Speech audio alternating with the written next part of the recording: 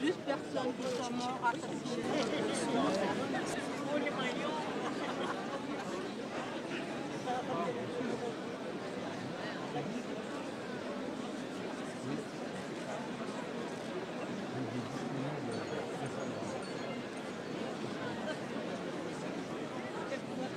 Soyons tous unis.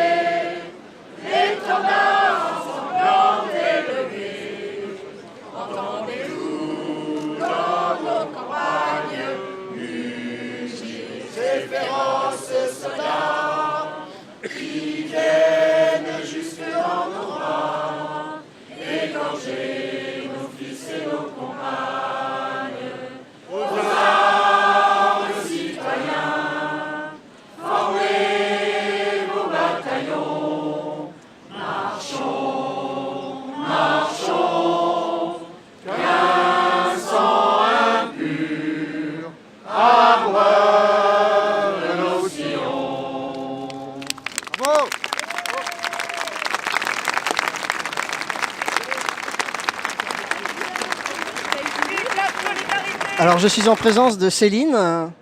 Elle est venue avec une très jolie colombe, la colombe de la paix. Est-ce que c'est important pour vous, Céline, d'être là aujourd'hui ?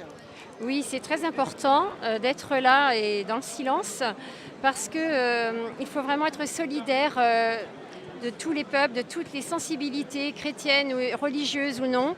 Et je trouve que j'ai souhaité faire cette colombe de la paix inspirée donc, par l'œuvre de Picasso, mais j'ai ajouté des larmes à la colombe parce qu'aujourd'hui la colombe pleure, la paix pleure quand on voit tout ce qui se passe, toutes ces choses, ces dégradations qui se font pour nos frères juifs.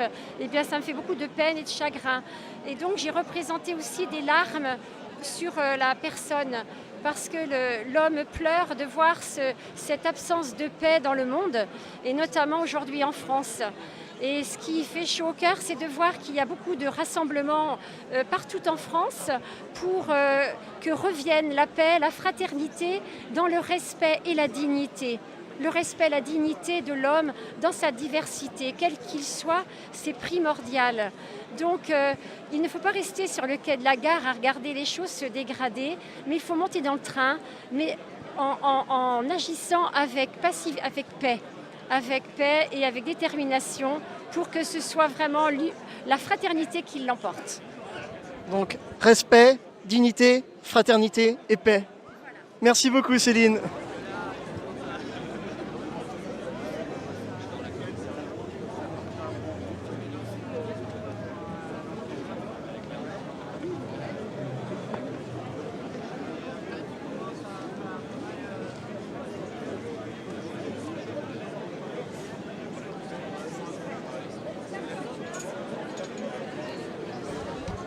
C'était important d'être ici, monsieur, ce soir. Oui, c'est très important.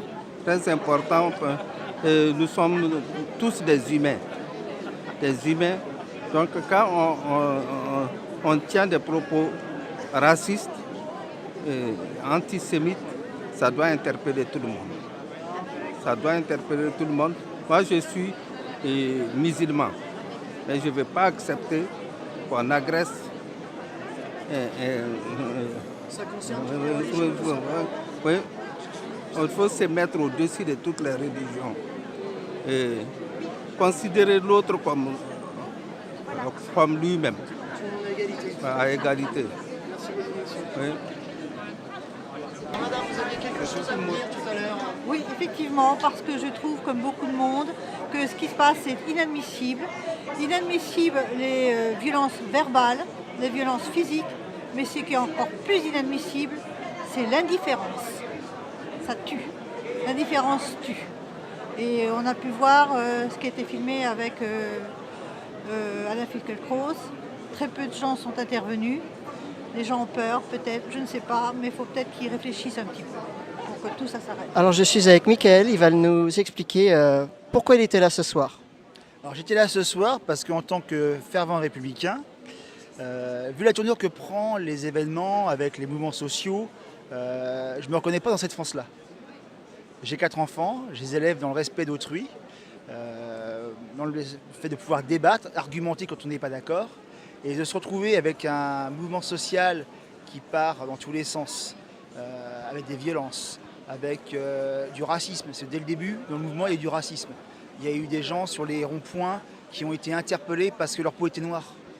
Et on a vu dès le début du mouvement des inscriptions Macron putain juif, je le dis, c'est ce qui était écrit. On a fait des références à Rothschild, la banque Rothschild, parce qu'ils sont juifs. Et puis aujourd'hui, ça monte de plus en plus. C'est de plus en plus crescendo dans la violence verbale, dans l'inadmissible. Il y a quelques mois, on fêtait la victoire en Coupe du Monde. C'est un moment incroyable, de célébration nationale, où la France, elle était bleu, blanc, rouge. Il n'y avait pas de noirs, il n'y avait pas de musulmans, il n'y avait pas de juifs, il n'y avait pas de chrétiens. Il y avait des Français attachés à leurs couleurs. Et ces couleurs, c'était bleu, blanc, rouge. Aujourd'hui, il n'y a qu'une seule couleur qui domine, c'est le jaune. Alors, les revendications s'entendent, mais il n'y a aucune dénonciation de ce qui se passe au sein du mouvement, pas vis-à-vis de l'antisémitisme, du racisme, des violences. La preuve, c'est que ce soir, nous étions là pour un rassemblement silencieux. C'est pour ça que nous, avec quelques amis, nous avions des pancartes marquées non à l'antisémitisme.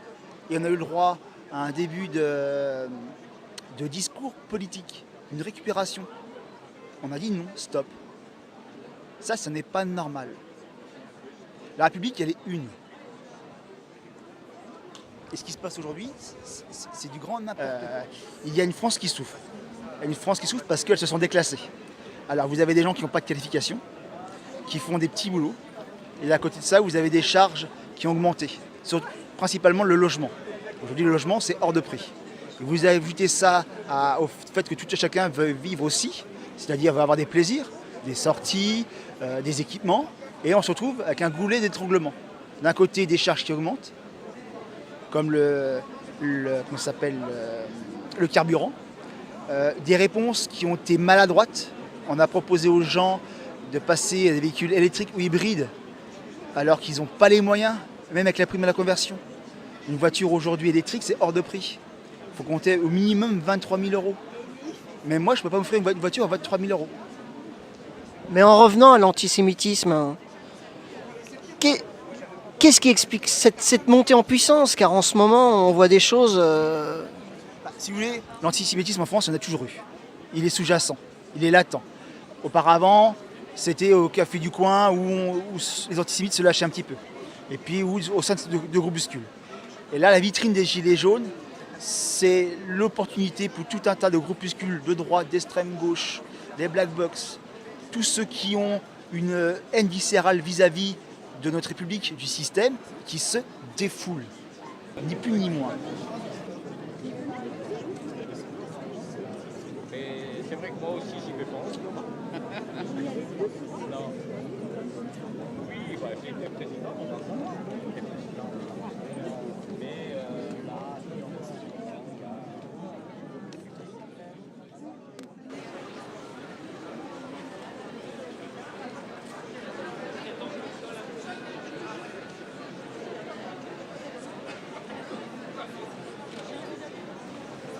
le mouvement des Gilets jaunes se bat avec détermination pour, c'est écrit sur la banderole, un monde humain, un monde juste, un monde solidaire. Il se bat pour la dignité, pour tous de vivre dans un monde respectueux au-delà de toutes les frontières.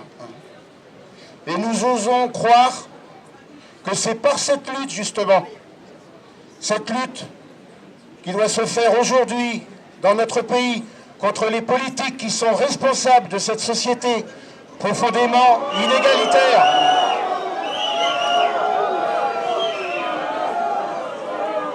Cette lutte contre les politiques qui sont responsables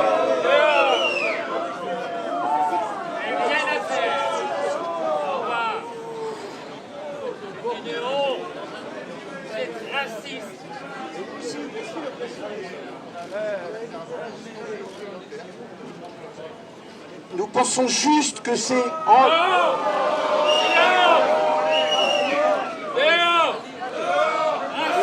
Nous luttons aussi contre la xénophobie.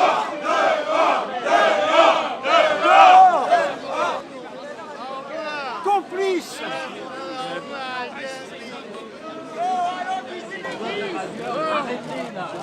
Voilà, donc c'était juste pour rétablir un peu l'équilibre. Vous n'avez pas honte aujourd'hui? Vous auriez pu enlever votre gilet? Qui vous joindra nous. Voilà. Mais nous sommes là aussi pour la même chose. Qui est le responsable, monsieur? Est-ce que c'est vous? Ça a été décidé en assemblée. D'accord, mais il faut quelqu'un qui roule la Il faut que la chose soit claire, que Oui, voilà, on d'accord. est bien là pour la même chose. D'accord, d'accord. Ça s'arrête là. C'était une manifestation. Oui, Voyons voir un peu ce que donne cet avocat là. Voyons ce que donne cet avocat. Voilà. Il veut mettre de... Non,